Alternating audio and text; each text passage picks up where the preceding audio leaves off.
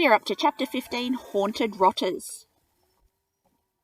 Leo and Abby crouched in the shadows across the narrow cobblestone laneway from Haunted Rotters, studying the tall rectangular windows of the museum's facade. Finding it had taken hours of searching through the maze of ancient streets on the outskirts of the city. It was sandwiched between a row of bizarre shops, with decaying wooden doors and dusty windows that were covered up with old brown newspaper pages.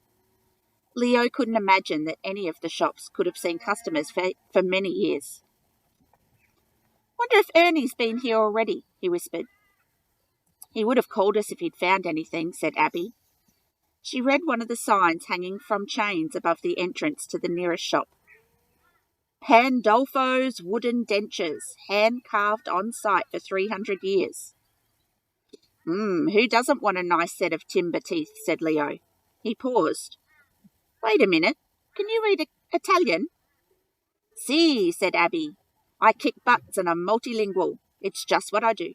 Actually, Dad just taught me so that I could help him read old Fiat manuals. I can't speak it or anything." Leo pointed to the sign hanging above the next shop. "What does that one say?" "Balthazar's Herbal Cloaca Cleansing. Keep Rome flowing since 1633, read Abby. "Is that what I think it is?" asked Leo. He knew from the hundreds of animal encyclopedias he had read since becoming a turner that cloaca was the biological term for rear end. "Bet your bottom dollar," said Abby. Then she read the sign beside the door, Haunted Rotters. "Barnabas Glass Eyes, buy one, get one free." Despite the oddness of these ancient shop fronts, none was more peculiar than Haunted Rotters. It looked as old as the laneway in which it was located. Its heavy wooden door might have been carved from medieval oak. The door handle was in the shape of a monkey skull, and through the grimy front windows they could just see the menagerie of stuffed animals crowded so closely together that there didn't seem to be any possible way that anyone could squeeze inside. "My kind of museum," said Abby. "You can finally buy that stuffed marmot you've always wanted," said Leo. "We can't just barge in the front door," said Abby. "Shall we barge in the back door instead?" said Leo. "Why not?" said Abby. They crept around the back of the row of shops and found an even narrower laneway. Its cobblestones were so well trodden that the whole lane had sunk in the middle. It was lined on both sides by rotting fences, punctuated by termite-chewed wooden gates. "Night Soil Lane," whispered Abby, creeping along the fence line. "Night soil?" said Leo. "What in heaven's name is that?" Before plumbing, people's poop got collected every night," said Leo. "They called it night soil." Or said Abby. "Why night soil?" said Leo. "Because it sounds better than nocturnal stink pickles." "Can't argue with that," said Leo. Abby stopped outside a wooden gate with an identical brass monkey skull doorknob, the same as the one on the front of the Haunted Rotters. "This is it," she whispered. "You go first, but be quiet." "Why do I have to go first?" "Because if you don't, I'll kick your butt," whispered Abby. "Well, I can't argue with that either," whispered Leo. In any other situation, he would have protested. In fact, before he was a turner, before he knew the true secrets of the world he and Abby were now creeping through, he would have told Abby to get lost. But now the world had changed, and time was running out. Clement Gonzalez had to be found and stopped, and this creepy store was their only lead. Leo placed his hand on the brass handle and slowly pushed the gate. It swung open slowly with an ear-splitting creak that sounded like fingernails being dragged down a chalkboard. Leo and Abby looked nervously around to see if anyone had heard them, but there was nobody in sight. Abby threw Leo an irritated glance and nodded for him to go inside. The gate opened onto a small cladded courtyard strewn with wooden crates and piles of rusted metal machinery. There was an old trough overflowing with dark green algae-covered water that rippled as if something was moving below the surface. The fences on both sides of the courtyard were covered with tattered animal skins that looked like they'd been hanging there for decades. "This yard needs a makeover," thought Leo, as he took a breath and stepped through the gate. Pain exploded up his shin as he accidentally slammed his leg into a wooden crate. He tumbled over with a noisy crash, sending it toppling. Hundreds of ferret skulls spilled out, clunking like wooden wind chimes. Leo stared down at the pile of golf ball-sized rat-like skulls with their empty eye sockets and pointy teeth. He yelled and scampered backwards, crashing into an even bigger wooden crate on the table, which teetered precariously, then began to tip forward. Leo leapt up and caught it as it fell towards him, just in time to read the handwritten label stuck to it. Cervello Babuino. It was unfortunate that Leo couldn't read Italian, or he might have made a better attempt to stop the crate from crashing down on top of him. But he couldn't, and he didn't, so he found himself on the ground once again, this time with a great stinking pile of rubbery baboon brains, for that's what Cervello Babuino means, raining down on him. Leo may not have known what species they came from, but there is no mistaking a brain for anything else, especially when there is a crate full of them bouncing down on you in a pungent, spongy tidal wave. Leo jumped up and pushed the brains away, while crunching the pile of ferret skulls beneath his feet. In confusion, he slammed into the fence, dislodging a line of skunk pelts that tangled around him. He staggered forward, knocking over a stack of boxes full of glass specimens jars.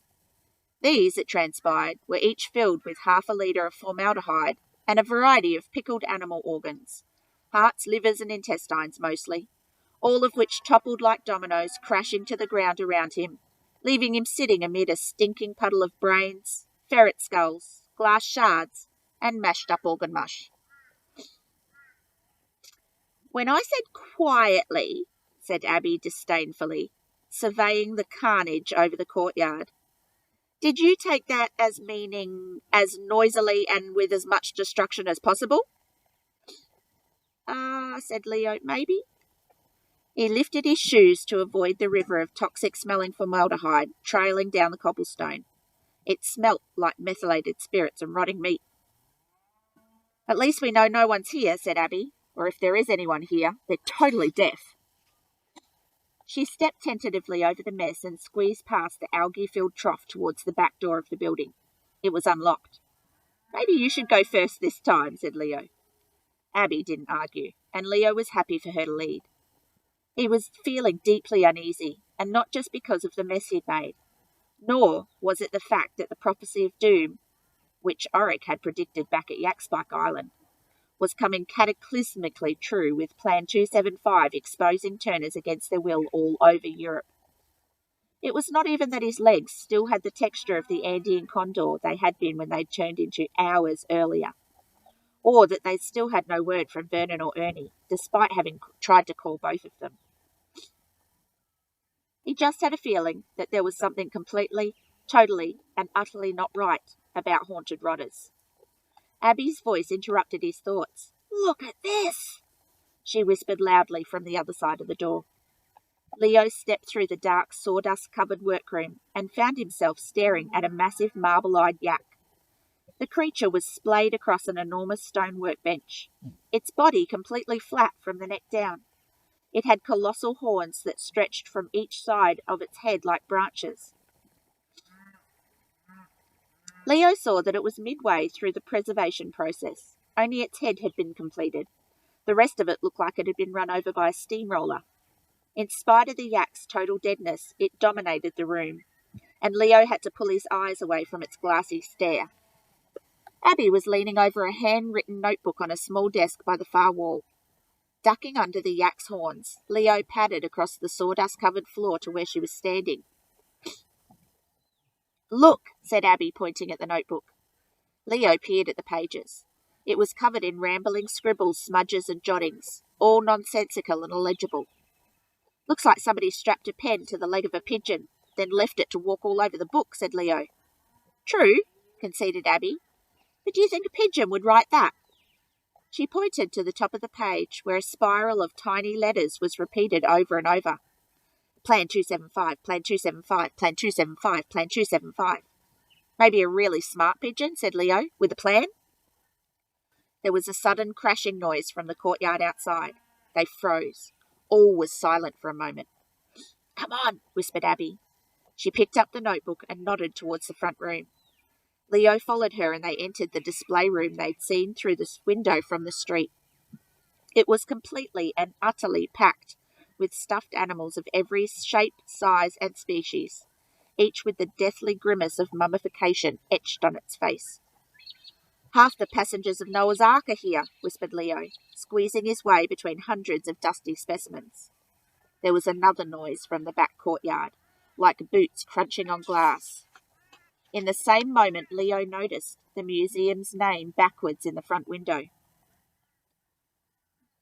"Serator Dinutu," he muttered. "Haunted rotters." Leo had always been good with word games. But as he unscrambled the letters in his mind, he felt like he'd been hit in the stomach. He gasped out loud. So, for you at home, our letters are HAUNTEDROTTERS.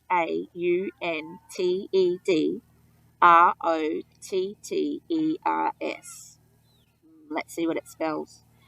"It's an anagram," said Leo. "Haunted rotters." Leo's mouth went dry. "What?" whispered Abby, clutching the notebook. Leo swallowed. If you rearrange the letters, it's an anagram for death to Turners." Abby stared across the room, a horrified look on her face.